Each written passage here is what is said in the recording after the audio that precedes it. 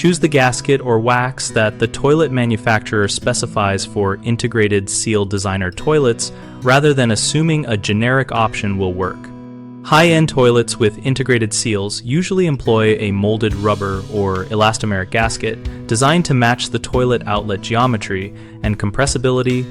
So start by identifying the exact model and locating the manufacturer part number for the flange to toilet interface.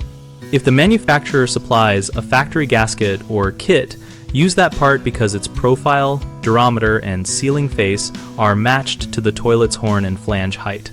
Measure the flange height relative to the finished floor and confirm the gasket thickness will compress correctly.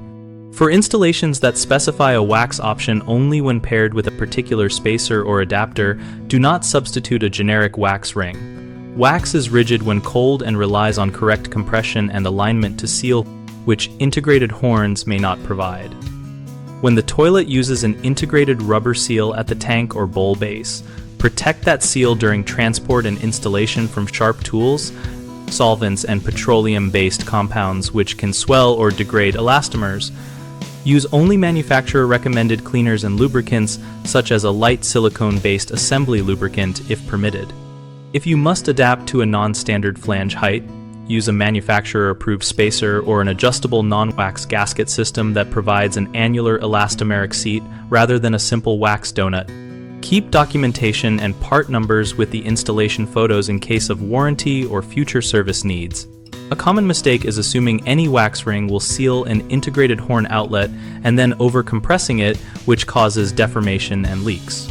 Avoid this by using the matched gasket or an approved non-wax elastomeric seal and torque bolts only to the toilet maker's specification. Another frequent issue is using petroleum-based lubricants or cleaners on molded seals, which causes softening and failure. Protect seals with approved silicone assembly lubricant or dry installation techniques as recommended. People also often misjudge flange height and set the toilet without verifying floor thickness and shims, which leads to uneven compression and rocking. Resolve this by measuring finished floor to flange, using flange extenders or compliant gaskets sized for the measured height, and shimming and retorquing the closet bolts in small increments. BigHomeProjects.com helps homeowners find local contractors by listing professionals who work on designer fixtures and showing real project discussions and installation experience.